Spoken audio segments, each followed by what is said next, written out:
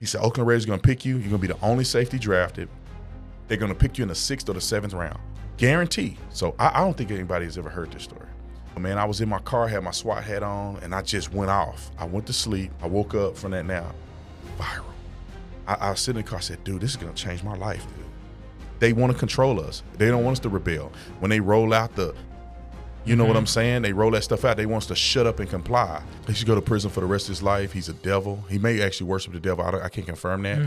I'm out here in, a whole nother state agreeing to do dude, that story's crazy. With a person I we're don't even know. Here right now. Dude, I don't know you from Adam. Well, they're not friends with who you will be. They're friends with who you are. Right. And that's something that we all need to remember. It's going to be good. It's going to be good. Right. Guaranteed. It's the same thing with you. Like I'm learning from you because you said, I was nervous. And then you talked to me and I'm like, dude, this is one of the best podcasts I've been on. Hey guys, welcome back to the Dillon England Show. Today we have Brandon Tatum, also known as the Officer Tatum on YouTube. Guys, the whole story of how we were able to get Brandon on the show is insane. I can't wait for you to hear about it. We talk about everything about his journey from being undrafted after being one of the top high school prospects all the way to him making one viral video that changed his life forever, and now he's the owner of a multi-million-dollar media company. We also cover a lot of topics, even topics that might be a little uncomfortable. We don't shy away from anything on this podcast. I had a lot of questions to ask him, and I'm really excited for you guys to hear those. Please, if you haven't yet, subscribe, and also go visit The Officer Tatum on his YouTube channel. He was so gracious for coming on the show. His team was also incredible. So please go over there, show him some love, subscribe to his content as well. Without further ado, let's jump into today's podcast episode of The Dillon England Show. The viral video that went out, like the one that you did one where Megyn Kelly interviewed you about it. It was you were in your car. Yeah, that must have been the one that was like the mega viral. Was that the one that kind of, were you already doing content consistently when that thing went out? I was, because I had already been doing, when I say consistently, I was doing one every now and again. Like, like if I get mad at something, I wasn't doing them every day. Right. And I didn't know nothing about monetization. None of that. I felt it. I just did it, Yeah. So. And was that the video that just like started taking everything man. after that? Yeah, because here's how it was. I never was a social media guy. Never. Okay. I knew nothing about social media. I was only on Facebook to like write about Jesus, right? I mean, I used to little posts here, little scriptures and stuff like that, which was, now I look back and it looked so corny what I was doing. But I just love the Lord, and that's all I use for social media, and I used to do that. And so I didn't expect a lot of people to follow me, so I never thought about going viral. I never made videos. I did any of that. I went to that Trump rally, and that was what took it home, man. I just gave an honest take. Like I wasn't a conservative or nothing. I didn't know where I stood really, but I wanted to hear more from what he had to say because everybody was making him out to be a racist. Ben Carson endorsed him, so I was like, Ben Carson's the smartest man to ever live, just about. And if he's willing to compromise his reputation to support Trump, there must be something there. It's not just, oh, he's an idiot. Ben Carson's a sellout. I mean, that's mindless idiocy. But because, he endorsed him, I said, let me check this dude out. Let me go to a rally. I live in Tucson. He just happened to be rallying in Tucson. I was a cop at the time, so I did the midnight shift. I stayed up, which I was incredibly tired. But I was like, let me just stay up. I'm going to go to this thing. I'm going to go home. Right. And so after it was all said and done, a lot of things woke me up. I was like, wait a minute. The guy's not a racist. It ain't a bunch of racist white people in here with Klan hoodies and being nutty and doing all this stuff that didn't exist. And also the people on the left, the people that were against Trump was nuts. They were crazy, dude. Mm-hmm. And so I was like, wait a minute, the mainstream media is not really telling the true story. Right. So I was literally in my underwear, man, with a T-shirt on. I said, let me just make sure my butt ain't in the camera and the glass back there. And I'm just going to tell my opinions, and I went to sleep. And then I woke up and I had like 30 missed calls. I thought that I was getting fired. I didn't know, because I see the police department call me a couple times. Fox, it was a whole bunch of people showing up on my phone, call ID, and then I know that the station called me like 6 times, and I'm like, dude, what happened? And I forgot about that video. I don't do content, so I wasn't even thinking about that. And then I finally called the station, like, hey man, I'm like everything good? Yeah. She's like, I don't know what video you did, but like people call from BBC. I mean, people call from all over the world. Wow. And I was like, what video are you talking about? I'm like, what video did I make? And then it hit me like, oh shoot, that Trump video I made before I went to bed, and that the rest was history when it came to me uploading content. So on Facebook, no monetization. I didn't know you could monetize this stuff. I didn't even care. Dude, I was a cop. I love being a cop, but people were following me, so I just every now and again when something made me mad, I just put my phone up. I go live, make my videos, and then I'll be done. So. And how many years ago was that? Shoot, 2016 is I think when I made that first video. Trump, that makes sense. Yeah. 2017 is when I made the video that was the most viral video probably ever made. Walk us through that one. So I had been making videos as a cop. Just when I'm off duty, don't put my uniform stuff on. I go in I had a little den in my house that I bought, and I used to just rant or whatever. Or maybe I ran the car. So this time, it was about a year later, Colin Kaepernick had been taking a knee during the national anthem, and it just infuriated me at the audacity that he would do that, and the reason he did it, which I thought was completely stupid. Right. Anybody that know anything know he's full of crap. If that dude really wanted to be an activist, he'd have been an activist when he was a starting quarterback. All of a sudden, he riding a bench, and now he's an activist, and now he's black, and he grew an afro and all. So I had zero respect for that dude. And so funny thing is, people don't really know this. Most people don't know that this is what happened that led to that video. Well, I had been going through a tough time because I was a cop. I was by myself. I had a kid with a girl in we were engaged, so it wasn't. I had a kid with a girl in college, and so she left and moved to Seattle. Took my kid with her, and so I had custody and sporadically, right? I could see him when whatever. And so I was kind of going through a lot, man. And being a cop, I would see all this crazy stuff, people getting killed, and it was just taking a toll on me. And one night, my dad called me, and I hadn't been answering the phone because I didn't want to talk to anybody. I was kind of like isolating. I just didn't want to deal with the emotions of talking to people. And so my stepmom was like, it's not like Brandon. We just going to fly out there. So I don't think anybody has ever heard this story. So they flew out to Tucson. And I was really going through a lot, bro. I was kind of depressed, bro. I don't believe in the whole depression like you stuck in that place, but I had been going through a lot, and I just didn't want to deal with anybody. So they just flew out. And being a cop, man, I was broke.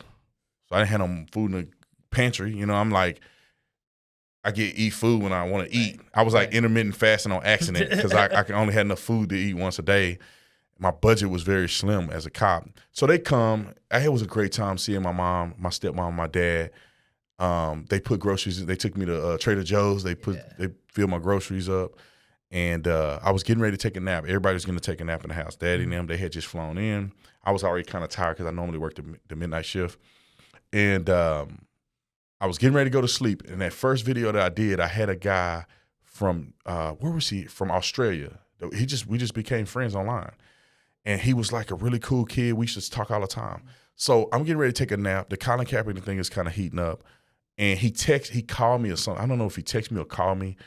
And he was like, hey, bro, you need to make a video about the Colin Kaepernick thing. And at the time, my friend James T. Harris had already made a video with 14 million views. And I'm like, dude, I'm not the type of person to jump on a bandwagon, man. If I don't have nothing to say, I don't have nothing to say.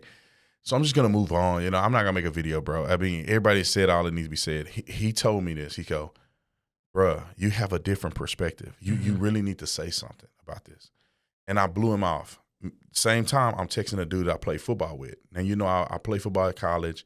I thought I was going to NFL. I was one of the greatest athletes to play at the University of Arizona, but things didn't work out for me. But this is my homeboy that I'm texting back and forth. We arguing because he is still a liberal. Okay. And so we arguing back and forth, and he played in the NFL. So he hit me with the low blow, man. He go, you just mad because you didn't go to the NFL. And so, bro, I was like, everything just came together. I'm like, forget that. I'm going to say something about this because forget Colin Kaepernick, all these people that play in the NFL and all these football players, but y'all play a game. Yeah. My stuff is real life, like life and death. And so that's how I made that video, man. I was in my car, had my SWAT hat on, and I just went off. And I'll tell you another thing that's crazy, and this is what I think most people should always understand. Your initial tuition and everything don't have to be perfect for things to blow up for you. I had made the video in my car. I'm burnt, I'm sweating because I'm in the garage, and I was supposed to be taking a nap. I just did it, got out of the car, and I was mad because I hadn't structured. Because there was a lot of things I wanted to say, I didn't say it. And so I'm like, dang, I need to be more serious. You know, like I need to write down what I want to say. I need to have some talking points because I just got in the car. I was mad. I ran it and I didn't say nothing I want to say. I get out the car. I was mad, but I got it off my chest. I went to sleep. And then I woke up from that nap, viral. Like that. Millions of views, way more viral than that first video. I remember sitting in the car with my homeboy Jake. We were riding Baker. We call it Baker, a 2-man unit in the car. And I'm in the passenger seat. I'm driving, dude. And like my phone alerts were on vibrate. And I got an alert every second for like 48 hours. God is my witness. It was it's either people following me, liking my content, liking, sharing the video, texting, send me DMs. It was going crazy. And I remember sitting with Jake. He'll tell you to this day. I was sitting in the car, I said, dude, this is going to change my life, dude. He like, bro, you say that about all your videos. I'm like, nah, man, it's something about this video, dude. Like people, I'm just getting notifications every second. And that video ended up having 70 million views. And that's just the ones I could track, right? My channel had a couple million, and I put all the views together. That had 70 million views. It probably was over 100 million. And that's when organizations start coming after me and saying, look, man, we want you to be, a spokesperson of our organization. Give it a try. Gotcha. That's incredible. At what point were you just like, I'm jumping in? Like, when was that kind of like, I'm a cop, I'm doing my thing. Yeah, I make these side videos. But at what point were you like, I think I can actually make money doing this. I think I can make a career doing this. When did that happen? It happened years after I had already left the police department because an organization offered me an opportunity. They said, do it for a year. If you don't like it, you can go back to being a cop. They were paying me like $20,000 more than I would make as a cop. They bought all of my social media, which was a huge mistake on my part, but God delivered me from that. They bought all my social media for like 30-some thousand. Dude, because at the time you were like, this is insane. Bro, I made $46,000 a year before taxes. Right. I was making $21.88 an hour, so I don't know what that comes out to do, around 40-some thousand a year before taxes. So after taxes, after dues, after pension, 32. If that, bro. Maybe. I used to take a check, and then I had to pay child support. So I paid about $500 a month of child support. So take that out of the equation. I made probably, if I worked off duty and everything, I made probably $1,000 every 2 weeks.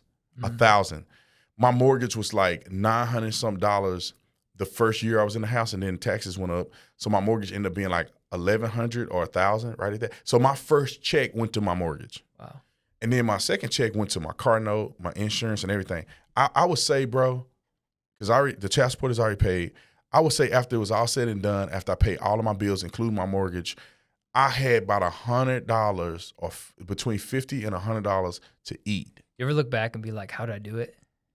I look back and say, I ain't never doing it again, right? What was I thinking? But I made it. And some of the decisions were my fault, right? I didn't have good credit.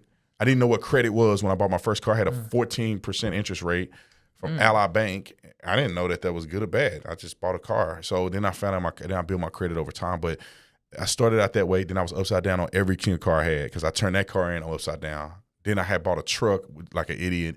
It was a lemon. So I said, let me trade this in. I need a decent car that I can rely on. Right. So I got a Buick Verano, little bitty Buick, a little four-door Buick. And big as I am, dude, I got a little girl car. And I was upside down like $10,000. They rolled that money into that car. And so a $20,000 car ended up being a $32,000 car. And my payments were like $400 a month. My credit was a little better at the time. I think I was over 600. So I got a decent rate on that. But still $400 a month. That's all me, right? Yeah. That's my dumb self not managing my money and having to overextend myself. So I only had I was making like $100. When it was all said and done, I had about $150 to do anything with, bro. And everything else was probably on the credit card. That's for the whole month. That's for me to eat the whole month. And so so when they offered that money, I couldn't turn it down. I owned a house, which I could sell to make a couple, I think I made like $20,000. I should have made like $100,000, but I didn't know what I was doing. That's a long story. But I was like $20,000 there. If I pull my pension, I got to pay a penalty, but I have some money there. They're going to pay me about $20,000 more than I make. And then they bought my social media. So I was going to make more money than I ever could dream of making. And I said, well, I'll give it a chance. I didn't pull my pension yet, but I was like, let me give it a chance. And if I don't like it, bro, I can go back to being a cop. Mm-hmm. If not, I done made a lot of money real quick. No risk opportunity. Really, really no risk. Like, it was a risk, but it was a calculated risk. Yeah. So then I said, all right, I'll take a chance. And I left the police department in 2017. And, bro, I left, and then that company almost went out of business, which was a God thing for me. Not them, but for me. They were a great company, so they recovered, and they were all Christians. We used to pray every day at work with all our employees. Great company, the greatest company I've ever worked for. And they almost went out of business because Facebook had changed the algorithm, and they went from having 40,000 plus concurrent viewers to like 2,000. So they lost. They were losing millions of dollars, and that's when God intervened because they had bought all my social media. They couldn't really fulfill what they claimed they could fulfill. I didn't have the money to buy it back because I spent all my money. I got myself completely out of debt with all the money they gave me. Right. Which was the smartest thing that I did at the time. Yeah. And so then they had to give me an ultimatum. They said, look, you either stay for a year like we promised, or we'll give you all your social media back for free if you leave today. I'm like, thank you, God, because I had been praying about it because they own me now. And so I took all my social media back. Like a musical artist with a label. Yeah, they own me, man. Yeah. And so when they weren't doing what I want them to do, who cared? They bought it from me. I couldn't afford to buy it back. So when I gave them my thing back, then the sky's the limit. Me and Candice Owens, we're at Turning Point. We created Blexit. I mean, so on and so forth. You still tie with her? Oh, yeah. Me and her, like brother and sister. We went on a family trip to France. Nice. I just saw her last night. My company works with her. We do our merch and stuff. And so, yeah, she like a sister to me, man. Me and her dad, we used to a lot more often, but her dad lives in Phoenix with us and not in the house with us, but he lives in Phoenix. And we used to go Sunday brunch with him, almost every Sunday. So we love him. She like family to me. Yeah, I remember the first time I saw Candice Owens, like a video of her was when she was in Congress or something like that. Oh, yeah. That one video. She was tearing them up in there. It was I think she was telling about the statistics of like Democrat-run areas with poor Black communities and just turning the narrative on the head of what everyone believed. And I was just like, I like this girl. I remember that's cool. Like, that's really cool. That's great. Yeah, that's awesome, man. And so you started your own thing 2017, 2018. Yeah, no, so I did that, but I didn't do my own thing, right? Because I went from that company to Candice was at Turning Point. Me and Candice had met, which is an interesting story. Me and Candice had met way before that. And so when I got this company, she was with Turning Point, and she was like, you should come to Turning Point. They do it right over here. I'm like, but I got this contract. But she goes, so if anything happened, come with me to Turning Point. We're going to turn this thing around. Once they did that, I said, I took like a month off, and I said, Candice, like, I'm coming to Turning Point with y'all. So we all went to Turning Point, and I was still working for Turning Point. I think I went to 22 universities in 1 year. Wow. I mean, just hustling, never saying no to an opportunity, grinding, always being humble. And I just built my character and a lot of things with Turning Point USA initially. And it wasn't until I left Turning Point in 2019 that I made the decision to say, you know what, I'm going to do this on my own. I'm going to take a big risk because they were paying me a salary. Were you married at that time? No, we're married. I just had met my wife. We were friends when I left Turning Point. Okay. So I had just met my now wife, and I remember having a conversation with her about leaving Turning Point. And then I think we ended up getting together right around the time that I left Turning Point. So, yeah, that's awesome. I mean, there's going to be a lot of new listeners on the podcast. We talked to a lot of entrepreneurs. This is why I keep asking these types of questions, because this gets me excited. Yeah.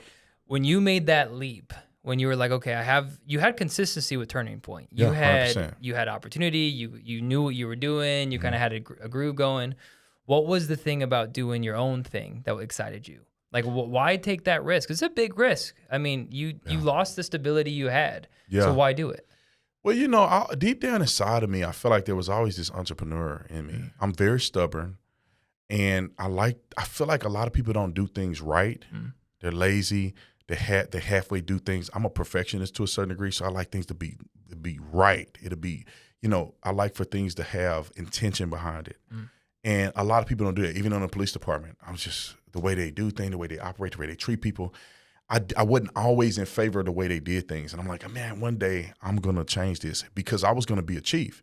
I went back to school to get my master's degree so I can be a chief one day. My goal was that one day I'll become a chief, and I'm going to change the things that I want to see. But, then that transitioned to something else. But it really came down to, I lost my stability with the police department, right? I had a pension. I had everything.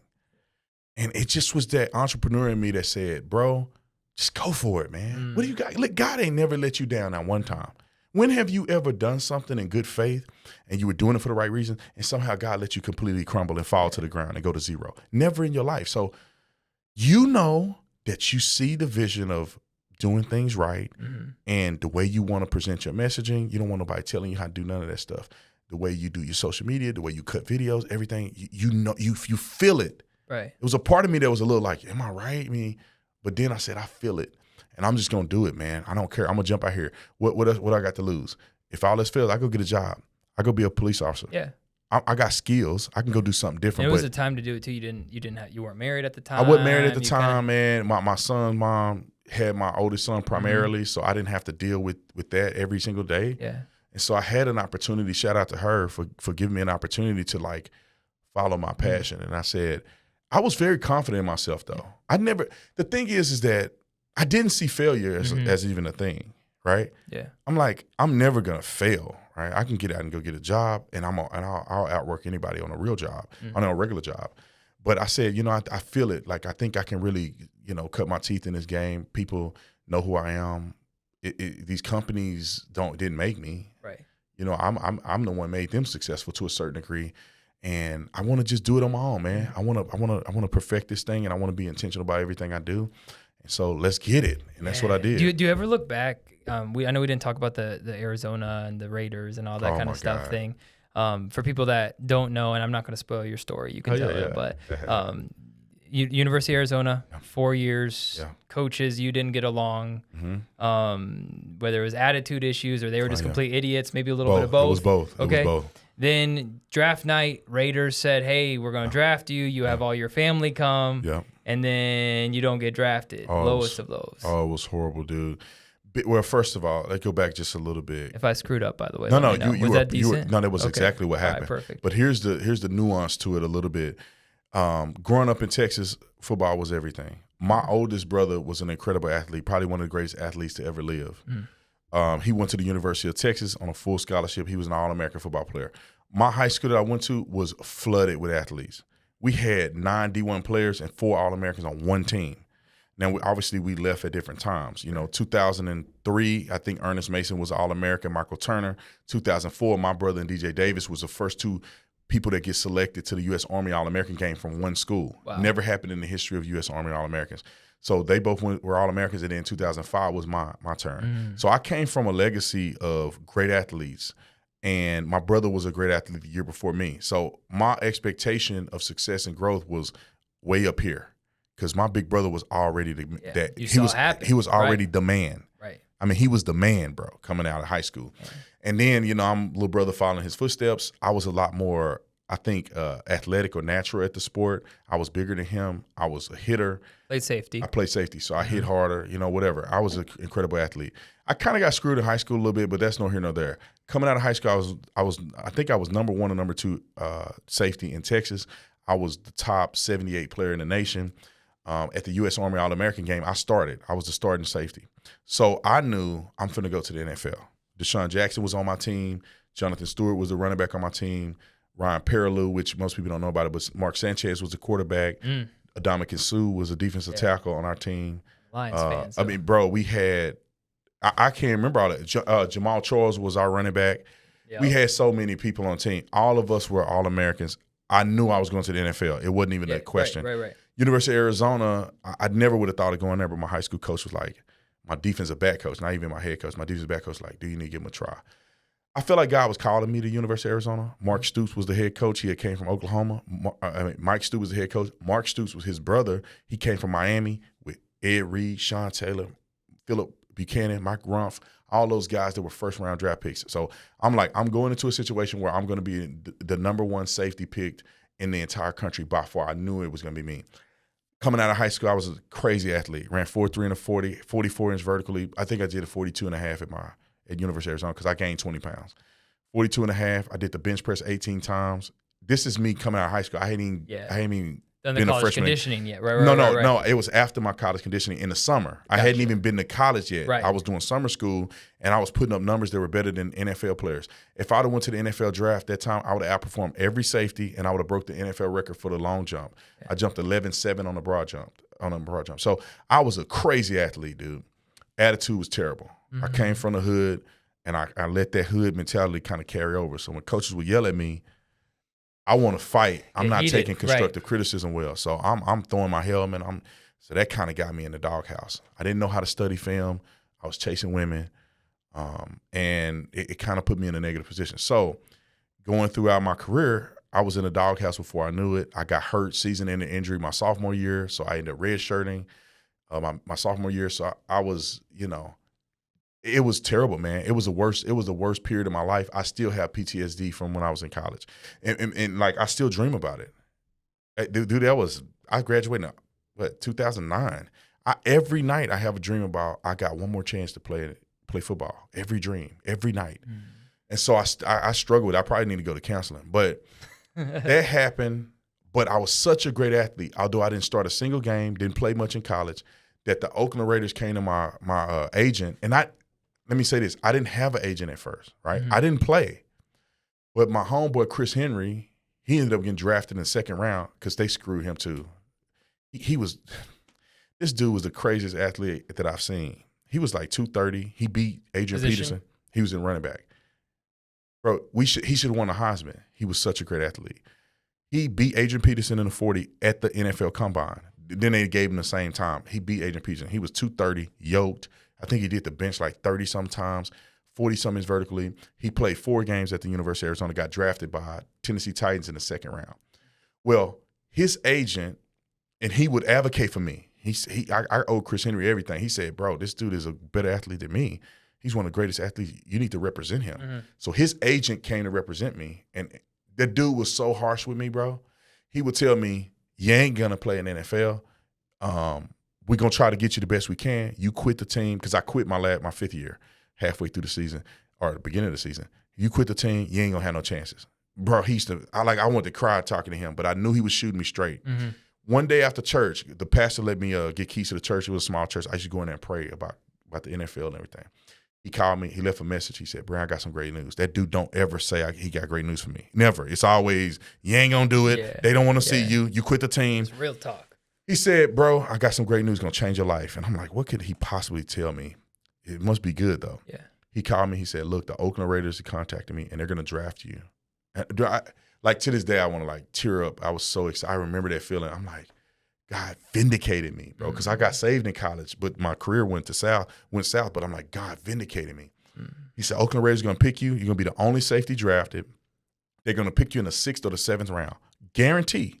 They already talked to me. They got you on the draft board. You're going to get drafted. I went home. I threw a draft party on my birthday because I didn't get drafted on the first day because that was 1 through 4. 6th to 7th round is on the second day. So it ended up being on the 22nd, on my birthday in April. My whole family came. My girlfriend at the time, she was pregnant. She came. Bro, I'm sitting in front of the TV thinking I'm finna get drafted in the 6th or 7th round. They promised my agent. They told the coach at the school. They talked to everybody. They talked to everybody. Man, they passed on me, dude. And it just, I ripped my shirt off in the front yard. I was crying. I was so mad at God. I could have quit Christianity. But see, God had been so good to me till I really couldn't quit. I'm like, I know you're real. I just, why would you do me like this? And that was a really tough place in my life, man. What was that atmosphere like in that house? When everybody was so disappointed. I was embarrassed, man. Yeah, think about it. My family thinking we going to make it out the hood, right? I'm going to get drafted. And they promised me. That's why I did the party, man. They told me they were going to draft me. So did you ever get clarification of what changed? Yeah, 100%. My agent was calling me during the thing, and he was like, man, they're switching the way they're picking, man. I don't know. Then they picked the safety from Michigan, University of Michigan. He was a 3-year starter, and I was way better than him. But they ended up picking him because he was a consistent player. But the next day, my agent called me. He was mad. He said, and this is why I have beef with the coaches, and I have a struggle forgiving Coach Mike Stoops for this. He said that what happened was the day before the draft, they called the head coach, Mike Stoops, and they said, hey, we want to just verify before we draft Brandon Tatum. And my agent told me that they said he badmouthed me so bad that they were afraid to take a chance with me. I had left the team. which they knew. But him bad-mouthing me, they didn't feel comfortable drafting me. And I didn't have a great pro day. Normally I run 4.3 or whatever. I ran like a 4.6 at the pro day. I was skinny. I weighed like 206. Normally I was 220, 215. I did 26 reps on the bench, but dude, I could have did it 30 times. My highest rep was 30 something. I jumped like a 38 on a vertical leap. My second jump was like 40 something, but they didn't count it because they said I hitched my foot and they didn't count I didn't train with nobody. I was depressed at the time. I wasn't eating. I had a kid at the time, so I was trying to train for the NFL. It was terrible, man. I had such a terrible experience, but I'm still thankful that God took me through that because, I mean, look where I'm at now. Yeah. Do you ever think of what your life would look like right now if you did make it to the NFL? Oh, I wouldn't be a conservative. I would probably have I would have kids out of wedlock. I'd probably be in a domestic violence situation with my oldest son's mom. And the reason I say that is because, all right, let me just go back. So, I was saved, but I wasn't conservative. And I grew up in that environment where if you black, you a Democrat. That was your childhood home, like everyone you knew. That was everybody I knew. I don't know a black person that was a Republican. Right. And if you gonna come home, and even now, some people in my family, when I say that, they think I'm a sellout. But not most of them believe me now. Now that I've proven myself. But I was. That's how I thought. So I would have probably knelt for the national anthem. I wouldn't have been a conservative. And you got to think, I'd had all that money. I wasn't seasoned in the faith enough to have the integrity that I needed. I had a son at the time, and child support was always a thing for me, bro. I feel like it's such a dirty business. And if I'd have made it to the NFL, I made a lot of money, and she would have hit me over the head. If we wouldn't have been together, she would have hit me over the head with child support, and it would have exacerbated me not having my son and child support. And she's the only woman on planet Earth to know how to push my button. Yeah, like that. I would be out of character instantly. And I figured that maybe that would have been the guy I was if I'd have made it to the NFL. And I think that's why God, because my prayer was that God allowed me to be an influence and do that.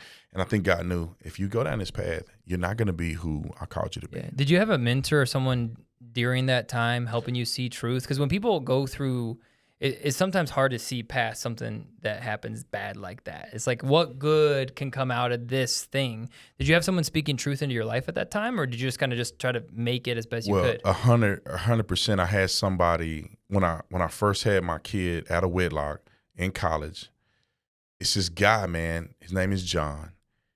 Very successful, wealthy guy. He actually had so much money that he built the curtains in the McHale Center. Because the girls' volleyball team, his daughter played volleyball with my son's mom. They both played volleyball for U of A.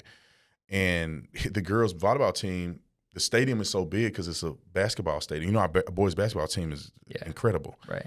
But so when the volleyball team, they don't have a lot of people there, and the stadium's kind of weird. So he paid for the curtains to come down and block off the thing to make it more intimate. Yeah. And then, of course, that wasn't cheap. And so he was a very successful guy. I didn't know the guy from Adam, but when we had the baby, he reached out to me and said, "Look, I want to bless you guys for choosing life. You guys could have chose abortion and stuff." And he's been a friend in my life ever since then. But I remember something he told me that I'll never forget. He said, "You got to pursue," and you got to think, he helped us with rent and everything. We didn't have nothing.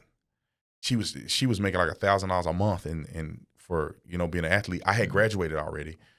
Just struggling, bro. We were on food stamps and everything, and then he stepped in and helped us financially to help us with our rent and stuff, and then so on and so forth. But he mentored me at the same time, and I remember him telling me something that stuck with me forever. He said, "You got to put an X on the calendar." Now you got to think, this is 1 year after I didn't get drafted. Right. So this is about after I didn't get drafted. So we've had the kid already or whatever. He said, "You got to put an X on the calendar. You pursue football with all you got. And when it's not yielding results, you got to put an X on the calendar and move on." And I held on to that, man, because I didn't get drafted, but I tried out for the NFL again. I tell you how that happened. Let me be quick about this. I trained for a whole year. So I'm going to give it another try.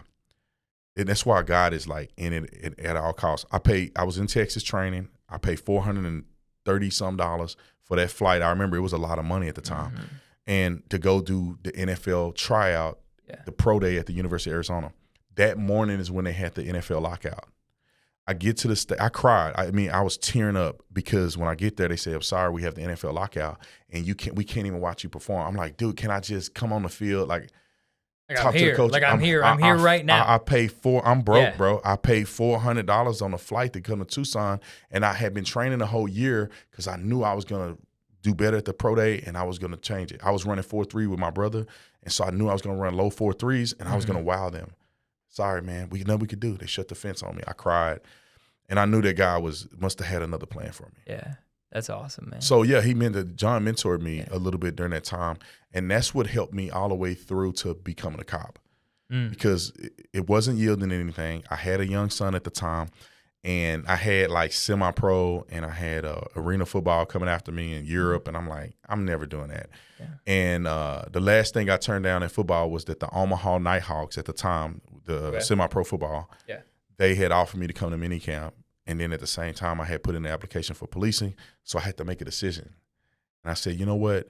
As a man, as a father, I need to do something that's going to be stable for my child, because he was like 1 at the time. And so I forewent the tryout because I could have got hurt, and I just really chose my family over my own selfish ambition. And then I became a cop, which was one of the greatest things that ever happened to me. That's awesome. And then fast forward now, and you have a team that helps you create content. I got 20 employees now, roughly 20. I got about 4 people that do video editing content for me. And, I mean, we just have done a lot, man. We do well over 7 figures. Yeah. I mean, it ain't even close. I mean, our goal this year was to do $5 million. And this is just me. Yeah. I don't have nobody funding me. I don't have nobody backing anything. It's just Brandon Tatum putting in the work, believing in myself, believing in God, and treating my people right. Yeah. And always, visualizing greater success. One of the things that I do, and Christians sometimes they shy away from this. I play affirmations before I go to bed. I play money affirmations because I want to be wealthy, because I want to be wealthy enough to do all the things that I want to do for God and for people and whatever. But I pay my little affirmations at night, and I believe in myself. And I feel like if I put myself in a mindset of growth and believing that things can actually happen for me, they will come true. I look at Zillow every night. Yeah, I find the biggest houses I can, and I envision myself in them. Sometimes I even think about going to do an open house. I can't afford some of these houses yet, but I go do open house and visualize. So those are some of the things that I do now that has been very successful for me. So you are at the point now where you have a team and a crew. What's advice that you wish you would have gotten when you first jumped into content creation? I mean, like someone like me, I got a small podcast. Yeah. We're growing, but slowly but surely. Like, what is there something that you know now that you didn't know back then? Had you have known back then, it would have helped your growth even more. No, I don't think it's anything, man. I think that I went through what I went through. Now I could tell other people that it's okay to go through it like I did. When I first started out, I did it because I loved it. Yeah. I wasn't making no money. I didn't know how to make money. I didn't know people were making money off me. Yeah, right. I wasn't a part of that. I didn't know you could make money. I was just doing it because I loved it, because I really thought I need to make an impact. I need to get out and reach people. I need to tell the truth. Nobody's doing this. I need to be the man that God has called me to be. So I loved it, when I was making videos by myself. And then when I went out on my own, I was making a little bit of money, but I just said, I love what I do. I'm passionate about this. I think it's the right thing to do, and I'm intentional about it. I used to make 5 videos a day. It was 3 to 5 in range, and I edited all my own stuff. Yeah. And it's okay to have humble beginnings. And I'll say this to people that just start out: never look at mimicking the success of somebody else, because God got something for you. You can look and emulate things that people do well, but don't ever think, like even with this podcast, don't ever think that, oh man, Joe Rogan in 3 years or 5 years, he did these numbers. So, okay, in 5 years, I want to do, don't even waste your time. All you have to do is every day say, I'm going to do what's right by God. I'm going to be intentional about what I do, and I'm going to enjoy what I do. And I always believe in myself. I believe that the podcast will be X, Y, Z, and you got to act like it. Yeah. A lot of people, what they do is they believe it, but they don't act like it. I'm gonna be great one day, and then they don't do any actions to move that forward at all. Right? They don't ask people. Like for instance, I'd never do podcasts that aren't a certain size. Yeah. Right? Normally, I just don't. Yeah. I just really don't have. I don't have the time. Yeah. That's time taken away from me building my own stuff or doing something else. But see, you believe in your podcast so much that you asked me. You just say, hey, man, can you come on a podcast? That showed me that he actually believed in what he's doing. And you made me believe in what you're doing. Yeah. Right? And so I'm out here in, a whole nother state agreeing to do a podcast. Dude, that story's crazy. With a person I we're don't even know. here right now. Dude, Like I don't know you from Adam. Like the people that are watching, we just met Yeah. 30 minutes ago for the first time. In person. And before you text me, we never talked or anything. No. And some people probably say you stupid for just going somewhere with a random person. Which I would agree. Yeah. So, but I'm like, you know what? I got on my side. I could fight pretty good. Yeah, we're good. Honestly, I'm losing that battle. Yeah. I know. I'm losing that battle every time. I used to do a job where my life was online every day. I'm sure I can handle myself. Yeah, you can handle this overweight 30-year-old from Detroit. But see, you got a gun. I don't know, man. I know. Yeah, I'm not quick though. That's the issue. Speed was never my thing. But like I admire people like you, man. Yeah. If you believe in yourself, you make other people believe in you. And so without even knowing you at all, people ask me, "Will your podcast come out?" I'm like, I don't know the guy, man. Man, that dude's confidence was right, and I'm like, I'll do his podcast. Yeah. And so that's what I did. And young people got, you got to network. Networking is great. That's something I'm learning. My mentor now tells me all the time about networking. But also you got to have confidence. If you never asked me, I would never be here. Yeah. And the cool thing is it's a domino effect, right? You asked me, I came on. Now the next person you ask, you say, well, I had Brandon Tatum on. They can be like, you had Brandon Tatum on. Yeah. And then they say, oh, it must be a legit podcast. And that ball just starts rolling. Right. And then you just do it. But you got to first believe in yourself, and you got to measure your success based on what God has called you to do. Absolutely. It's okay to admire other people, but God is going to do your stuff in your timing, because God blew me up in 2020 unexpectedly. And if I was like looking at somebody else, it would have took 10 years. You probably would quit by then. I'd have quit. 5 years, 10 years. No. God said, look, when I'm ready, unexpectedly, when I'm ready to bless you, I'm going to bless you. You just need to be in the right position. Yeah. What I like what you said was it's just enjoying it. Yeah. Just enjoying it. Yeah. If you have fun, people can tell when you're full of crap. When we do sales and I do sales, like people can sniff bull crap a mile away. 100%. Like, when a used car salesman trying to sell you a car that you shouldn't be driving. You just know I got that icky feeling. Yeah. And so when you're just enjoying it, man, like I love this. I tell my wife this all the time. Like, I mean, even if we never do anything big, bro, I had fun. And so... And I like what you said in the car, we were talking about failure. And I don't know if you're familiar with EOS. EOS is it stands for Entrepreneur Operating System. It's a way that companies bring in an EOS system to help with just leadership training. Awesome, would heavily recommend it. Had an EOS implementer on my show yesterday, and he was talking about, he doesn't like the word failure. Exactly what you said in the car. Because I was low-key freaking about. I was freaking out. Okay, I was freaking out about today. I was nervous. And I told Mike, I'm like, bro, I got Brandon coming on. Like, he doesn't know me at all. Like, what if we talk? And he was like, that was the worst podcast. Oh, no, and then I'm taking him out to dinner, and he's texting his assistant being like, this dude is terrible. Get me out. I'm just like thinking worst case scenario. Yeah. And I'm like, what if this whole thing just bombs?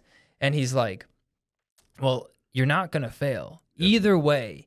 You just met someone that you shouldn't have ever met. Yeah. Like, you've already won. Like, you've already done way more than you thought was possible. And so, as you said, like, failure isn't an option. No, it's just learning from those opportunities that come along. And is it really failure? Yeah. Right? I mean, is it really failure? You know how you look at, I would say WD-40, and you look at, what's that one company? It's a cleaning product. It's like 309 or something like that or whatever. Yep. I forget what it is. But what happens is the times that they didn't get it right, they didn't fail. Mm-hmm. They were moving closer and closer to the finished product. Yeah. Like for instance, when you said, this could have bombed. Well, first of all, it wouldn't. You're a great interviewer. Yeah. A lot of people don't have that skill. They don't know how to think through conversations. They get too nervous, and they know how to keep the conversation going. They overtalk the guests. You're great. You'll do great. I'll recommend anybody. Candice, any of my friends, I'll tell them they have to come to your podcast. But there is no failure because, see, the thing is fear. Mm. Fear is what captivates a person to the point of actually failing. Yeah. If you just allow fear to overcome you and you're like, oh, it's going to fail. I shouldn't even ask this guy. Let me not push it or whatever. You would have never had this experience, which will lead to more great experiences. In God and in true entrepreneurship, there is nothing but learning. Yeah. You need to experience things and learn. And you could argue that you learn more from failures than successes. Yeah, 100%. If everything was perfect and you didn't do nothing wrong and everything, you're never getting better. You're never gonna learn anything, man. I had to go on. I have done speeches where I bombed, and people don't think I bombed, right? Some people are like, oh, you did a good job. No, I bombed, man. I said it was a speech not too long ago. They had me come talk at the school. Didn't know it was an all black school, and I didn't know that they were gonna at the last minute they mixed the high school with the middle school. Bro, I'm in there talking, and I said something that wasn't age appropriate, right? I said, raise your hand if if somebody's pursued you to have sex. The high school people, that's right. You got that. That's perfect. Right. They all doing it. But the 7th grader. But then I said it, and I looked over here, and these little 6th or 7th graders or whatever, however young they were, and I'm like, God dang it, I can't believe I said that. Now, of course, they're being solicited too. When I was in the 8th grade, kids were having sex too. But it just kind of was weird. It was a terror. I didn't start the thing right. I hated the speech.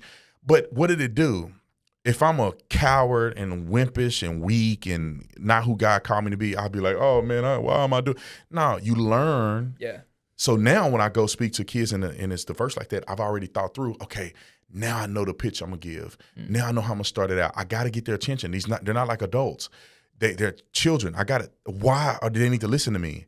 They probably told him a guy's going to come speak, and they're like, oh, here we go. But if I start out and I say, look, man, if you can answer, if anybody can answer 3 of these questions right, I'll give you $100, right? $100 for me is nothing. Just like that. Or I could bring about $500, and I'm like, I'll give $100 to anybody can answer these questions. And I can do some typical questions, and some of the kids will rise to the occasion, and they'll get some money. And then now they love me. Yeah. They bought in. Who is this guy? He giving money. He's exciting. For a black school, they're like, well, he's like us. He looked like us. But I had to learn because God is setting you up for the big one. You gotta learn and navigate your way through the small ones. Your first few podcasts, you may be nervous, maybe some things you can work on or whatever, because God is saying, look, I need you to learn this because when I get you to Donald Trump, I want you to go into it feeling confident. Well, it's crazy, man. Like just looking back on even with my show, I'm sure you do this with your content too. Do you ever look back on those old videos and even the videos that you thought you did a good job and you're like, those sucked. Yeah. I look at it all the time and I'm like, dude, I wasn't that good. Like my delivery wasn't that good. The way I'm positioned wasn't that good. I didn't seem as confident. I wasn't as quick. I wasn't as knowledgeable.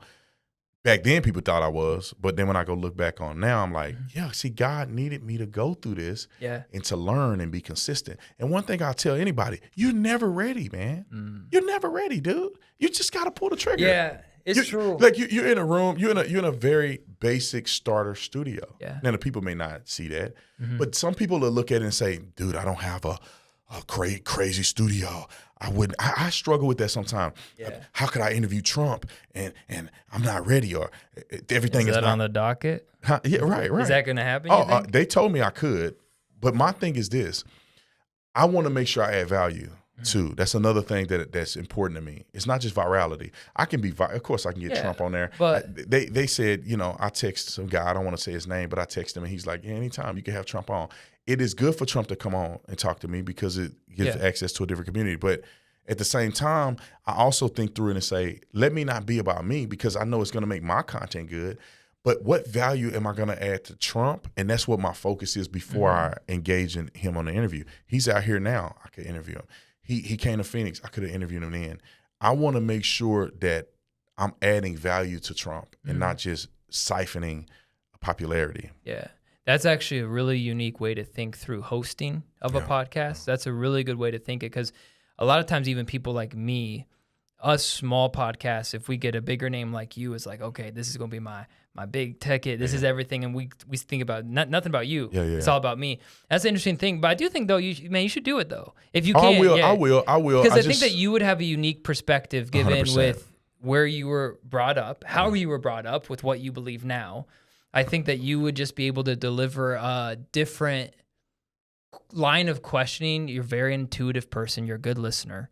You're active listening. I can already tell your very active listening skills. It would just be because sometimes I watch a Trump interview, like even the Dr. Phil. I love Dr. Phil. That's great. Like he did a good job.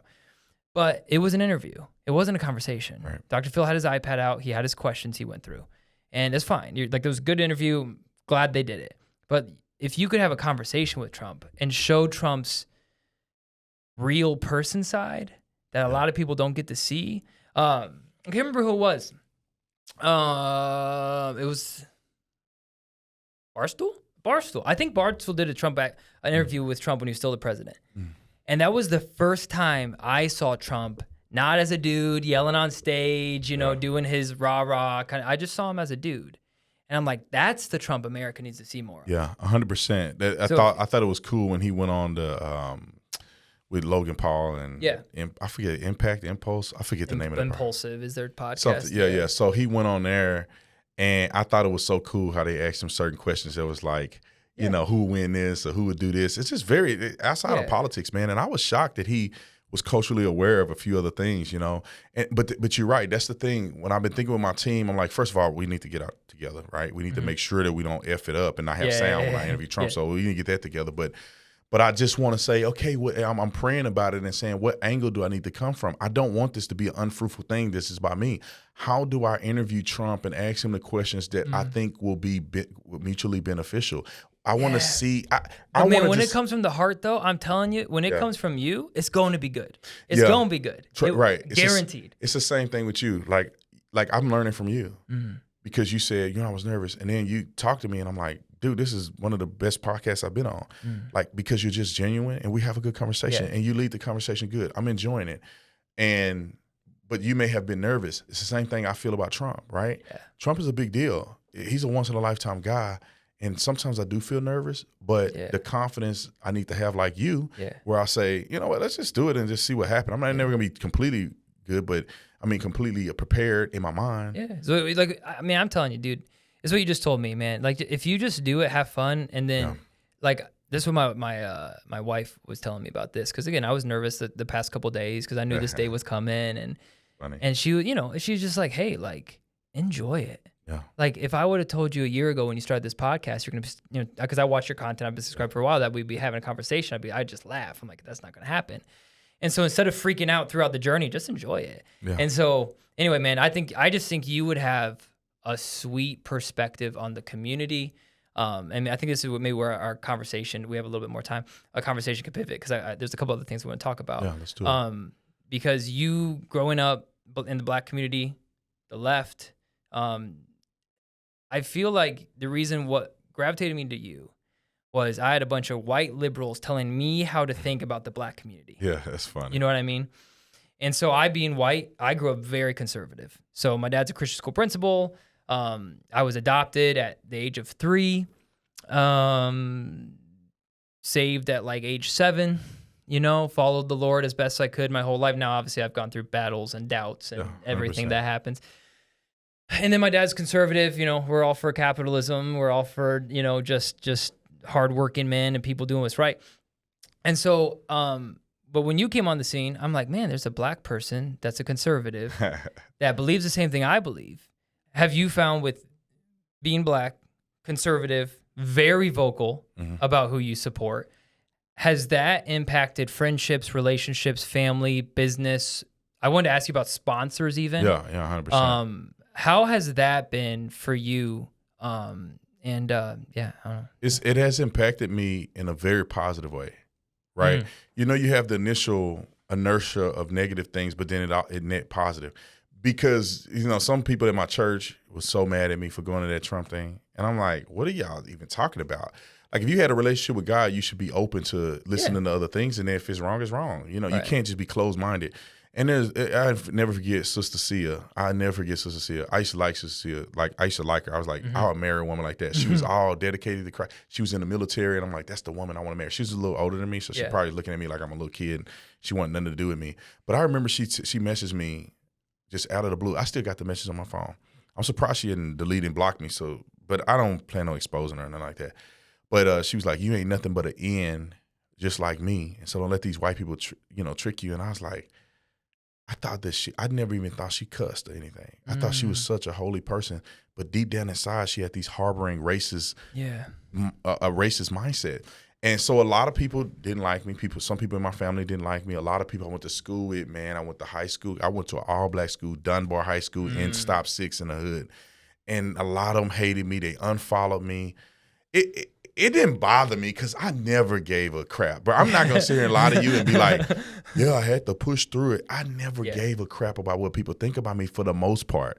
Sometimes some people there's someone that you love or some someone, people the get right to you. person. Yeah. But for the most part, I'm like, I'm right. Yeah. Y'all all dumb then. I'm right. Y'all don't like me, then it's your fault. And so, but then that positive, millions of people love me. Yeah. I can't go nowhere without people coming up to me and saying hello and how's that changed been? your life. How's the fame been? It's been great, man. I never let it go to my head, man. Yeah. I always think of it like, I remember when I was sitting on my knees next to my bed crying and asking God to use me. But then he's using me. Yeah. And I'm never too big for people, right? Even like this. Well, even today, I'll tell people listening, like you were walking up and people were asking you for photos and we took a couple photos with them and the police lady was yelling at us to move. Yeah, and, I remember that. But yeah, I could tell it right off the bat. And that's awesome, man. Bro, before that, the first 40 minutes before we connected, I was taking pictures and saying hi to people. And I'm always so grateful because God has given me this platform. Who am I to act like I'm too good now to talk to people, random people? Like random people walking to me. Even when I'm in dinner with my wife, when I'm in Scottsdale, people come to me. I don't care. This is me saying thank you to God for giving me a platform. So people say, oh, Tatum, we love you. Come take a picture. Let's do it. Anytime, any day, anywhere, no matter what I'm doing. It's my loyalty is to God, and God has gifted me to have influence with a person. Well, that's a humble spirit, man. That's just humility showing. And you have to be humble, man. Yeah. I don't care how famous I get, how much money I got in the bank. I'm always going to be humble. I'm always going to put God first. I'm always going to be just Brandon Tatum. Now, there's some things I can't do, obviously, because I got time constraints. Yeah. I'm telling you, mark my word on this podcast. This is historic. When one day, I don't know, I'll be the president or something one day, I will never change who I am. When I say who I really am, who God has called me to be, not like I may change the way I think about certain things because obviously I grow in wisdom, but like the genuineness of me, always taking pictures with people, shaking hands, loving on people, that will never change. Yeah. And I think one of the things that keeps people grounded is who you surround yourself with. I know for me, I'm nowhere near where you at, but people in my church are starting to view me as like right? Maybe, I'm still working on the belief thing, but people in my church are like, hey, bro, like things are happening, and my wife is this like constant grounding for me. And then I have my friends that I work out with every morning, and I was talking to one of them. I'm like, hey, bro, I just want to let you know, like I'm always working out with you, like always, like we're like nothing is ever. His name's Brandon as well. Oh, that's cool. He listens to every single one of my podcasts. And to surround yourself with the right people, especially when no one's listening to you, you're nobody, and you have that like one friend that's like, bro, just listen to your podcast. It was awesome. You got it. Yeah. Those people, you surround yourself with, they're the ones that are going to keep you grounded. And you got to put things in perspective, right? I mean, as popular as I think I am, I'm not as popular as Michael Jackson was, right? I mean, people are crying. Or Trump and another. Trump, like Trump should always keep every conservative humble. I don't care how crazy I get. I'm not anywhere near Donald Trump. Yeah. I mean, so you can always be humble in some form or fashion. There's always things for you people to work on to humble themselves. I just would say, man, never get arrogant, man. Yeah. If you have Donald Trump on here, never act like your stuff don't stink. And the friends that you have, I ain't talking to y'all no more because I'm up here. I'm traveling. Dude, I've met Trump twice. Me and Dana White are very good friends. I go to UFC fights. I walked out with Trump the other night at the UFC fight. Oh, really? Yeah, so that doesn't matter to me because people that have been my friends from day one, y'all still my buddies, you still my friends.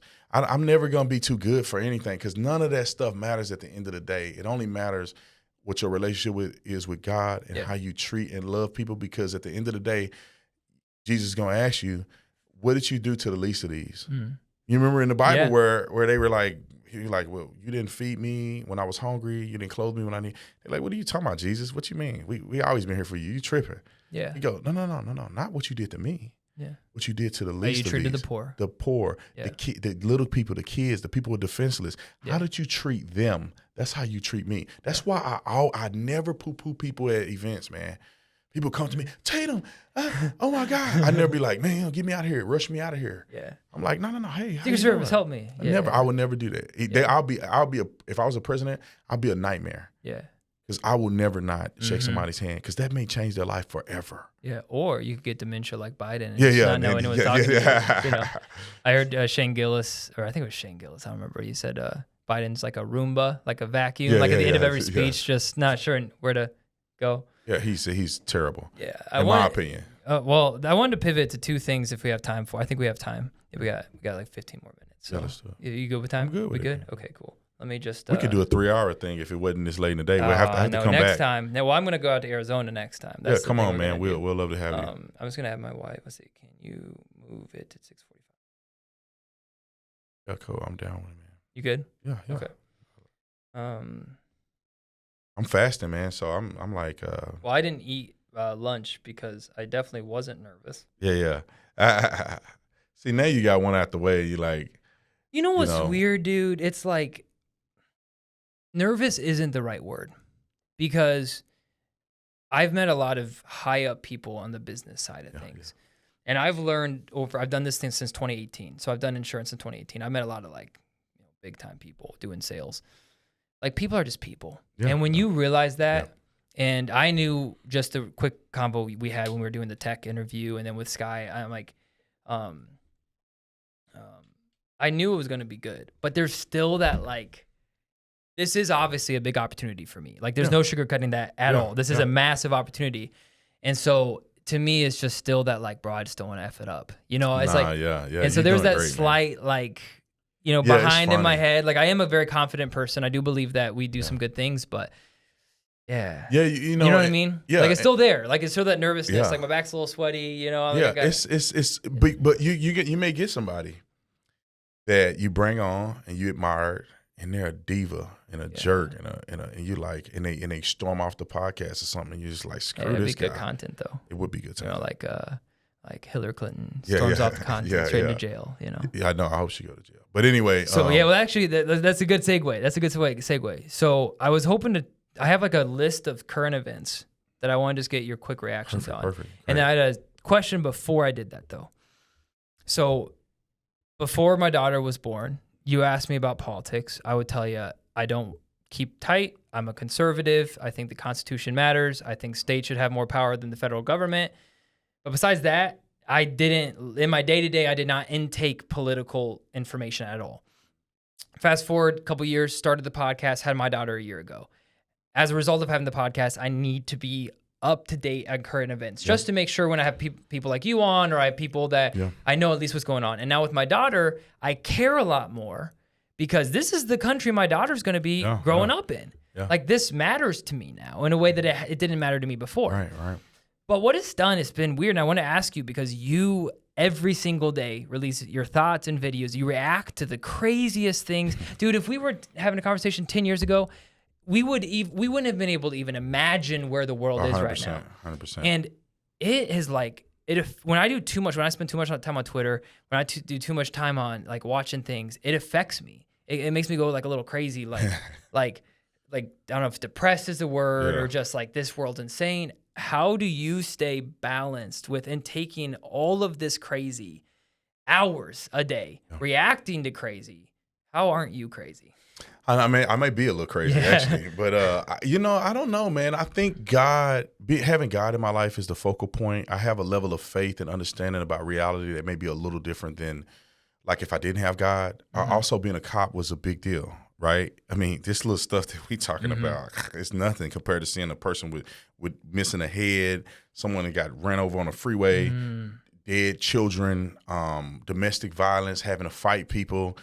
You know, seeing people dismembered and, like actually seeing that this stuff that I do is nothing, brother. Somebody arguing and, there's some event that happened here or Donald Trump here or politics. The stress that I went through as a cop prepared me to do any of this. This is easy. The traveling is easy. Every time I go back and think about it, I'm like, people are like, oh, dude, it's a lot of work. I'm like, nah, bro, it's different than when you wake up every day wondering are you going to come home alive. Yeah. You're in a different world. Like the fact that I don't have to really necessarily put myself in position to fear for my life and think about potentially getting killed every day and never seeing my kids and my family again and putting my mama through that. Like this stuff that I'm doing makes it very easy. So, and then also, I have a wife that's like just as crazy conservative as I am. Yeah. So me and her just talk about politics and we vent our thoughts, and I'm in the household with a woman that's just the same as me. Yeah. And another thing that helps me, bro, is talking about it. When I do my podcast, it's like therapy. When I do my stuff, it's like therapy. When I do my 3-hour radio show every day, it's really like therapy. So when I talk through it, and this is just the way I live, when I talk through something, I express my thoughts, I get it out of the system. Right. Well, you formulate it. You're right. formulating exactly what you think too. Yeah, and it's therapy to me. Yeah. It helps me get it out of the system. When I get on the tape, I'm like, can you believe these people are so crazy? and so the craziness that I see in my mind, when I speak it out and when I vent it, I'm like, thank God I got that out my chest. You know, now I can go to some more crazy stuff and just vent it out. But that's the type of person that I am. I'm a talker. Like, I talk to myself every day, all day. When I'm in the car driving, I'm talking to myself. I'm having a dialogue back and forth with myself. Yeah. I talk to my wife every day, and she get annoyed with me because she like, you just did a 3-hour radio show. How you can come home? And How just are you keep still talking? It's just for me, it's therapy, man. I talked to somebody on the phone for 8 hours one time. Sister Charlotta from our church. Okay. Way back in the day, I talked to her for 8 hours. So God has given me a gift that's how I communicate. That's how I do a lot of stuff. Is just through expressing. That's how you think too. That's how I think it through. That's how I get quick with stuff. It's just that repetition of talking and thinking and regurgitating and stuff. That's awesome. Okay, quick reactions. You ready? Okay, perfect. Kaitlin Clark. I love Kaitlin Clark. She is an absolute phenom. I would love to meet her one day. I had never in my life thought about watching WNBA until Kaitlin Clark came on the scene. Talk to me about, did you see the video of a robber that was gun? You shared on your Twitter today, so you did see it. There were like these 4 people around a table, and walked a robber, guy pulls out a gun, shoots him. Smoked him like a brisket. Yeah. Talk to me about gun control. Why are there people trying to take our guns? And what's your opinion on that whole situation? Well, that happened in Brazil, which is, it probably would happen in America too in some cases. I think it's incredibly important for people to be able to have the right to carry a firearm in cases like that. They get robbed. Who's going to help them? The cops are too far away. Cops show up to investigate. They're not showing up to help you. Yeah. In many cases, they can't. So I think it's important to have the Second Amendment. It's an amendment right given to us by God, not the government. They're supposed to stay out of it and just make sure that it's secure on our behalf so the government don't have overreach. I think all of those things are important. I think there's a remnant of people who want to completely control the human populace. They want to control us. They don't want us to be rebel. They don't want us to rebel. When they roll out you know what I'm saying? They roll that stuff out. They want us to shut up and comply. When they take over the government and they do things that are not right by the people, they want us to shut up and bow down. And if you have God and you have the right to physically defend yourself, they cannot take control over us. And that's what they want to do. I don't care what nobody say. What they're offering in the course of dialogue is not reality. They're offering a lie to fear you into giving up your rights so they can then you saw that take through over. COVID. I mean, you saw 100%. the whole thing through COVID, which is the next one. Thoughts on Fauci? He should go to prison for the rest of his life. He's a devil. He may actually worship the devil. I can't confirm that. But when a person is going out and intentionally lying to the public and putting us in a position where people are dying and people have, killed themselves over what they've implemented to push a political agenda. They didn't do that in good faith. And I hope that he go to prison on this side and then he's going to have judgment on the other side. I hope he repent of his sins that he's done to the American people. He's wrong, he's evil, and he almost destroyed this country based on his own selfish actions. Trump. I love Trump. I think he's an incredible man. He's one of the greatest men to ever live.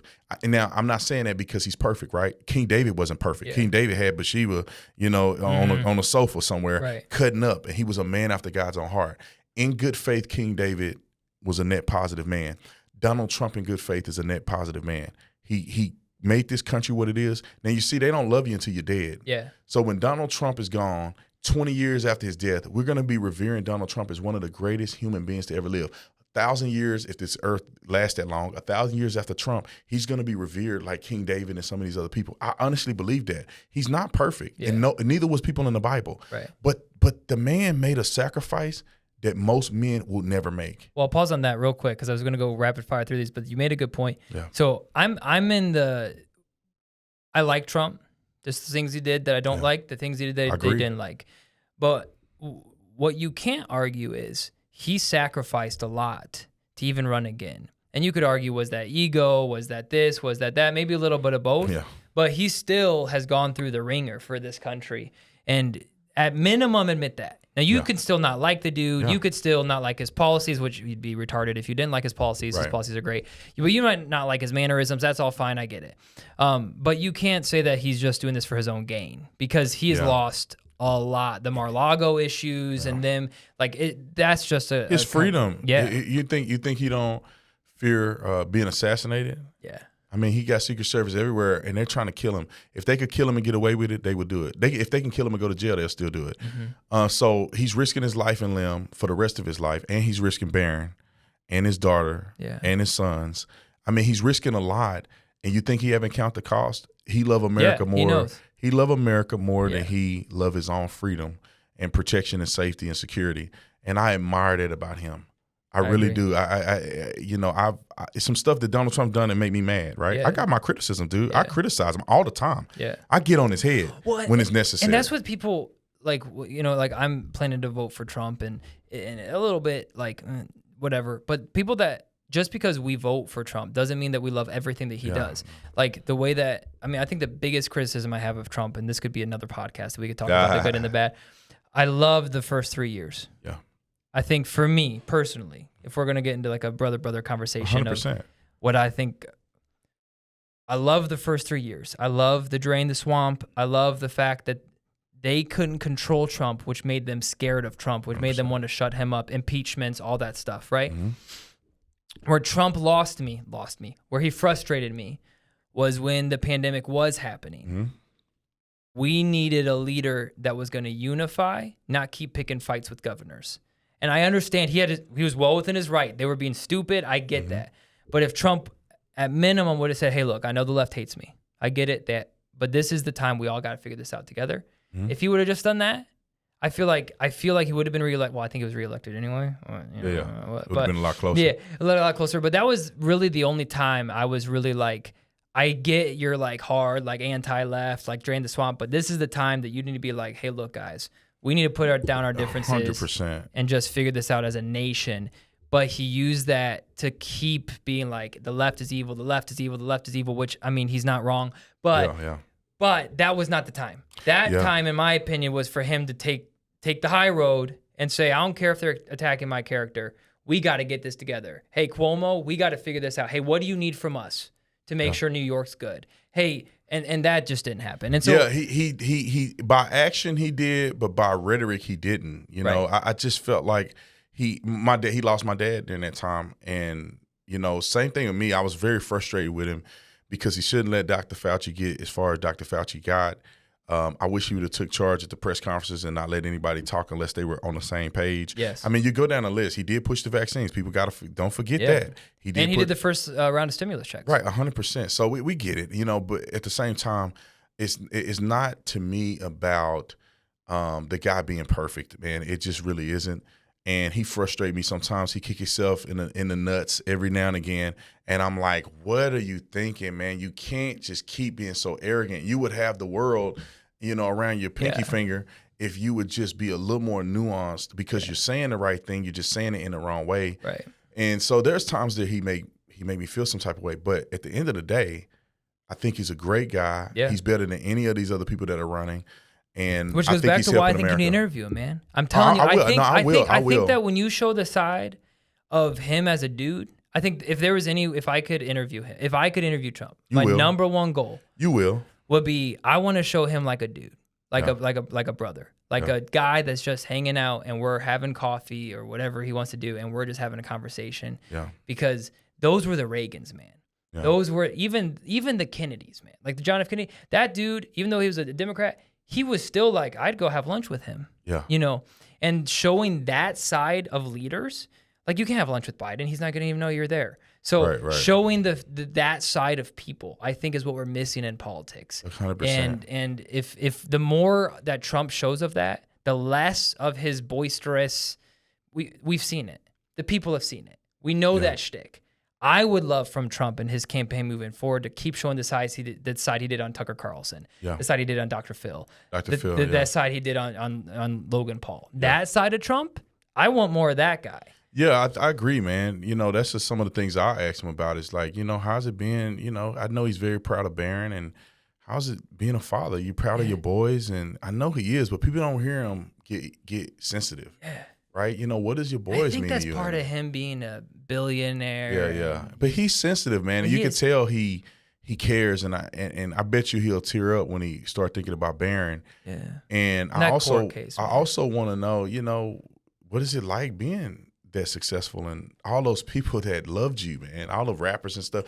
Flipped. You know, how did they flip? How did it make you feel? You know, like people didn't turn their back on me, and it kind of bothers me. But, you know, having a conversation like that with him would be great. And I'm glad, man, you kind of inspired me to pursue it more, because I wanted it to be different. I wanted it to be good. I didn't want it to just be the same rigmarole politics where it's Donald Trump. Yeah. MAGA. What do you think about it? Well, same with this, you know, like I listened to probably 20 podcasts that you were on just before this, because I was just like, hey, because I was like, I want to be different. And the whole time, like my friend Brandon, my wife's like, just do what you do. Conversation, like man. this, do what you do. It's just a conversation. It's going to work out. It's just a conversation. If you try to interview, it makes it harder because you got to be a good interviewer. And you better hope that they keep on to your. What happens when your guest just starts?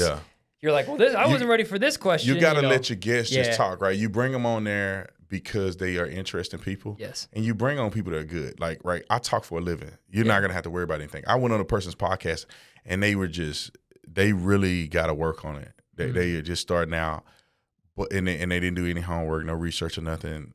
And I know that they're just new, but I do a podcast, so I save them, right? Yeah. The guy asked me something and didn't know what he was talking about and didn't hear about a major story that was going on. You're doing in the media. all the work. And I said, you know, I do this for a living. I'm not going to let them fail. I'm just going to carry the podcast until they jump back in. Yeah. And then we just do it that way. So when you interview somebody that's pretty equipped, if they agree, you know, one thing that I'm learning, because like I keep saying, and I don't want to be so public about it, but I think it's fine. You know, I consider Dana White to be a good friend of mine. He's one of the most amazing people that I've ever met in my life. For that dude to be who he is and to have the money that he has, that dude is the most generous person and kind and compassionate person I have ever met in my life. I love that dude, man. Really? That's cool. I love Dana, man. Yeah. I will fight somebody over Dana White. But, you know, also I have this thing where I don't want to ask him for stuff, because you know, kind of like most people feel, I'm like, dang, dude, I'm like, that dude is a big deal, and I'm like a nobody, and I don't want to wear out my welcome. You know, maybe he don't think, my mentor keep telling me, he's like, Brandon, why does Dana like you? And I'm like, I don't know, man. He's like, but there is a reason. Yeah. You think he'll be inviting you to places? You think he'll be nice to you if he didn't like you? He didn't think something of you? Yeah. He follow you on social media and all this stuff that he do. You think he would do that if he wasn't feeling, he didn't think something of you? Yeah. It's like, you can't get too bogged down in that crazy stuff. You don't have to always have something to offer somebody for somebody to value who you are. And it's something I'm learning, man, because like, of course I've asked, you know, me and him have a conversation about business stuff, and, you know, I hit him on the phone like, hey man, I just need some advice. And I always open and just like, whatever you need, brother. Yeah. And so I'm learning that I don't have to be perfect for me and Donald Trump to have a conversation. Donald Trump, he one shared my video the first time. My first video, Donald Trump shared it. Yeah. And he signed my Trump hat the other day at the UFC fight. I mean, great guy. Well, they're not friends with who you will be. They're friends with who you are. Right. And that's something that we all need to remember, right? It's Dana's not friends with Brandon Tatum because of who Brandon Tatum will become. It's who you are right now. And so there's nothing that we got to, even like with our relationship moving forward and whatever, like if you're ever in a spot where you're friends with someone more equipped, adequate, successful than you are, and they're hanging with you, there's a reason they are. Right, and because they don't see it that way, man. When you're successful, you don't look at people like I don't look at you any kind of way. You know, I know you're just starting out or whatever the case may be. I don't look at you like a man. You a man, I'm a man. Right. You a father, I'm a father. You a husband, I'm a husband. I'm no greater than you. I'm just in a different. Kid earlier. Yeah, your kid, the cutest kid I've ever seen. Girl. Yeah.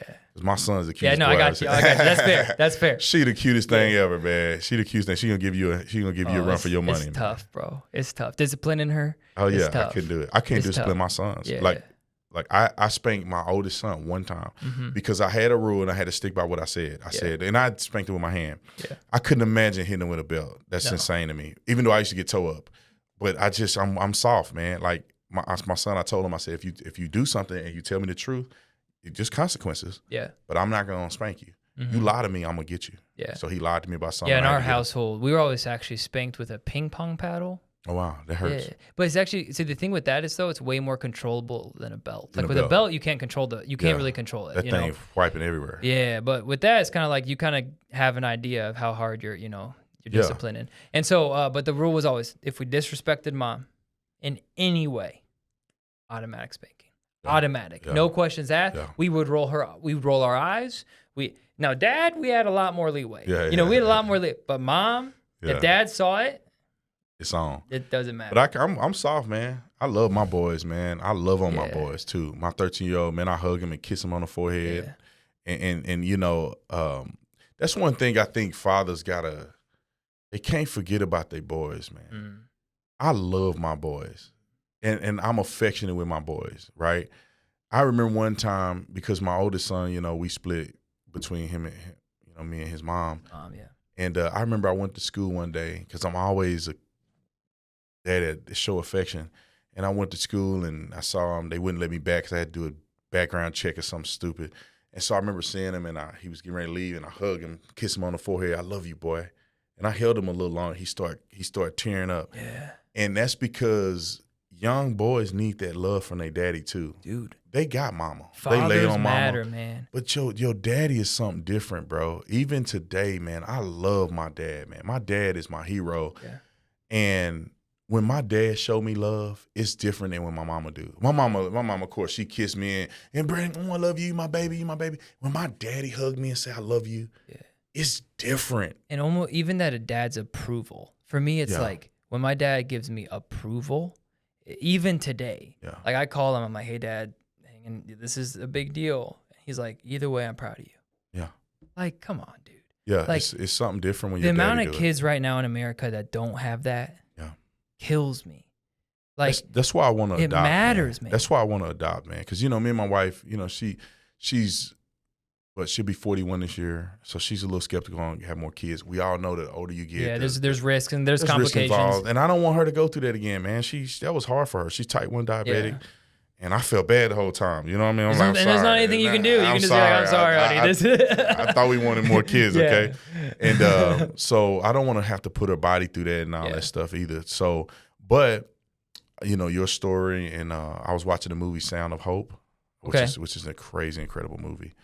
I can't wait till it come out. But, man, I was on the plane tearing up the whole movie. I'm like, God, this lady don't think I'm depressed or something. But it was a great story, and I'm like, I'm a good man. I'm a good father. And I should be a father to way more kids than just 2. Yeah. And it makes me feel like, and I'm glad when you were telling me about you getting adopted at 3, is that's the right around the age that I want to adopt, because my son is 3. Yeah. And I'm like, I want, God made me to have way more children than what I have. And being a loving and compassionate father is something I think is incredible to change people's lives forever. And I want to be that father to more than just my boys, right? I mean, I can mentor other people's kids, but there's nothing like them living with you and you loving them. I just got a heart for loving kids, you know what I mean? And I think that me and my wife had spoke about it, but I'm like, I need to adopt. I want to adopt a lot of kids, man. You know what I'm saying? I got enough money to take care of a lot of kids. And God didn't just give me that money to buy a Lamborghini or something. He gave me that money to be able to help these kids through life. And have somebody that love them. Have a man that love them. And what I'll tell you, though, is you can be a father to kids without adopting them. Right, true. Because there's a lot of opportunity out there to be a mentor and love kids and teens. And, like we help the teens in our church. And there's a lot of ways that we, as older men, and other men listening to this. Actually, yesterday, funny enough, we did a Father's Day special podcast for me and my buddy, and it was just stupid. We were just having fun. It was a fun podcast. But one of the things we did talk about is the fatherless epidemic in America. Yeah. And one of the worst things that good fathers can do is forget about other kids that aren't in their family. Yeah. And so, and not saying that you have to go adopt 50 kids, but I'm just saying, like, there are opportunities to make a difference in kids' lives. Sometimes it's just being a coach of a basketball team. Yeah. Like, second to fathers, coaches have more of an impact in kids' life than any other profession. 100%. I remember my coach to this day, Coach Bob Jones, high school coach, white man, still me dip in his mouth. He used to paddle us with a paddle in 2005. If you cussed in the locker room, you got paddled. Yeah.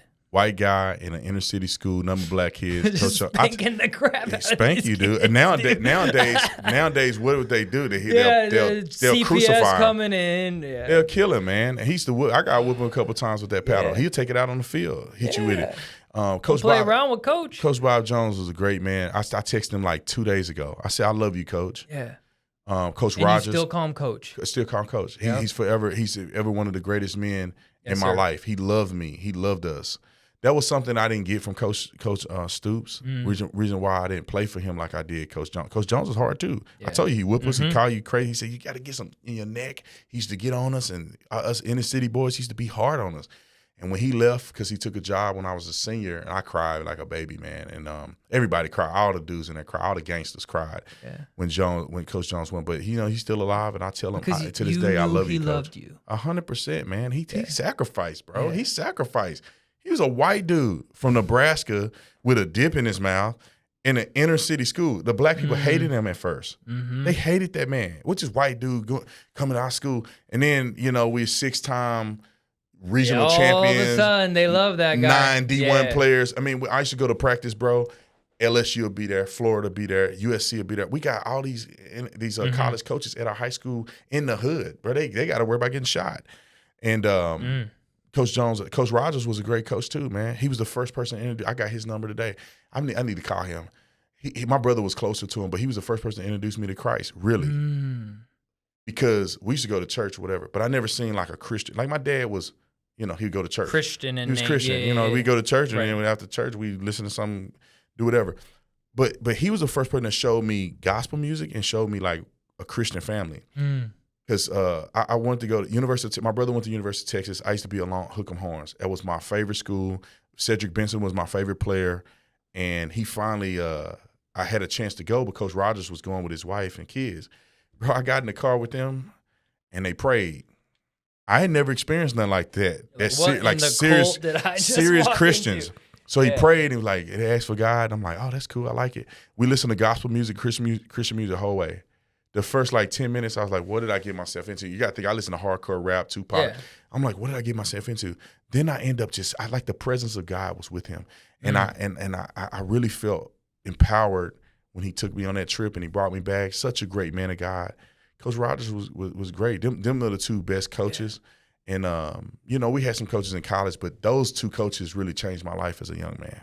Yeah, I'll tell you this, and I'll tell you my story real quick, and we'll start wrapping up. But my dad was my coach for a lot of sports, but that was weird. He actually kicked me out of 2 practices growing up. Yeah, but before that, I had coach forehand. I still remember my junior high coaches. It's like there's so many things that we as men can do to pour back in the community. Like my pastor coaches Lincoln Park High School soccer. Wow. And so he is our full-time pastor, but he coaches. Yeah. And so anyway, so I was just thinking, as you were talking about adoption, I was like, yeah, that's cool, but there's a lot of opportunity for men that maybe, maybe God hasn't blessed you financially, and you guys are struggling to take care of the family you have right now. Yeah. There's still things that you can do to bless those, because unfortunately in the world we live in today, there are way less and less fathers in the home than there used to be. 100%. It's a massive problem in America. I was going to talk, we don't have time today. There'll be another podcast. We could talk about the why of that, we'll do another. Because that's sad. It sucks. And I think the generation right now that's retarded is result of lack of discipline. Even the approval thing I was talking to you about. When you have a single mother and that mother's doing everything she can, she's trying. Yeah. There's just something missing when dad's not there. Mm-hmm. Even if it's the discipline or the approval or the manly love, it's a different thing. And I'll give you a quick example of this, and we can go to whatever. My daughter's one in 1 month. Probably about 3 months ago, she did something wrong, and we're still teaching her no means no, yes means yes, no means no. At a very young age, we're we need you to understand, because I don't want her running into the street and I tell her no and she doesn't listen to me. So we're very much you can say that we're mean, but we're gonna. I mean, you saw how you saw how I reacted to my daughter. I'm not a mean father at all. But my wife, my daughter, so my wife, tap her on the hand, no, we don't do that. Madeline hit her back. Okay, my wife told me about it. Okay. So I didn't do anything. Obviously, it's been a couple hours. So our 9-month-old doesn't even remember that happened, right? Well, later something happened to where Madeline directly disobeyed something. I said, hey, don't touch that. She looks at me, touches it. I walk over to her and I look at her and I just say, no. Didn't touch her. Just the man, just dad. Yeah. Just dad coming into the situation saying, hey, I'm disappointed in you, daughter. Yeah. That's not cool. There's a different thing than what happened with mom that dads have to that. 100%. And vice versa. I think that's really like a daddy's girl thing. And you have like sons that sometimes do that with their mothers. Yeah. But when you have both in the family, God created the family for a reason to have a husband and a wife, because there are times that I'm going to be callous and I'm not going to understand the emotion and my wife's going to get it. But then there's going to be times that my wife doesn't understand why our kids are acting some way and I'm going to get it. 100%. And that's why it's so important. And so, anyway, I don't know why I got on that tangent. No, I think it's a great topic, man. A lot of young boys get lost because they don't have love from a man. Yeah, it sounds saucy, and people probably think it's a little Happy Pride Month, but it is June, so we're safe. Yeah. It's true, man. Like, if you don't have a man that actually truly loves you, you become lost. I think a lot of these young boys that end up living a homosexual lifestyle, it's just because they never had a man that loved them.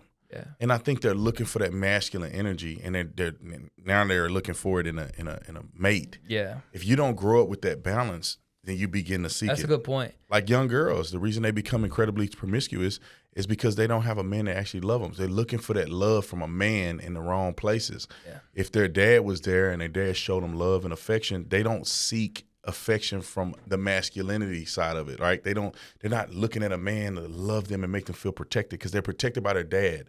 Same thing with men. Like some of these men that become promiscuous a lot of times with women is because they have mama issues. Yeah. And then when men are with other men, it's because they got daddy issues, man. They're searching for that love and affection and authority and protection from a man. Yeah. And because they didn't have it in daddy. And so that's how I look at it, man. Men are important. I'm glad you said that because, coaching is very important too. And I just want to, while I'm here on earth, I want my legacy to be that, you know what, Brandon Tatum really was a great example. Yeah. Brandon Tatum really changed my life, where millions of people are saying when I'm dead that, man, that guy really changed my life. God allowed that guy. I want them to see God using me in their life. Exactly. Yeah. That's a great thing, and I'll leave with this, and we can go get some dinner because I know we're both starving. Oh man, I'm drooling right now thinking about some food.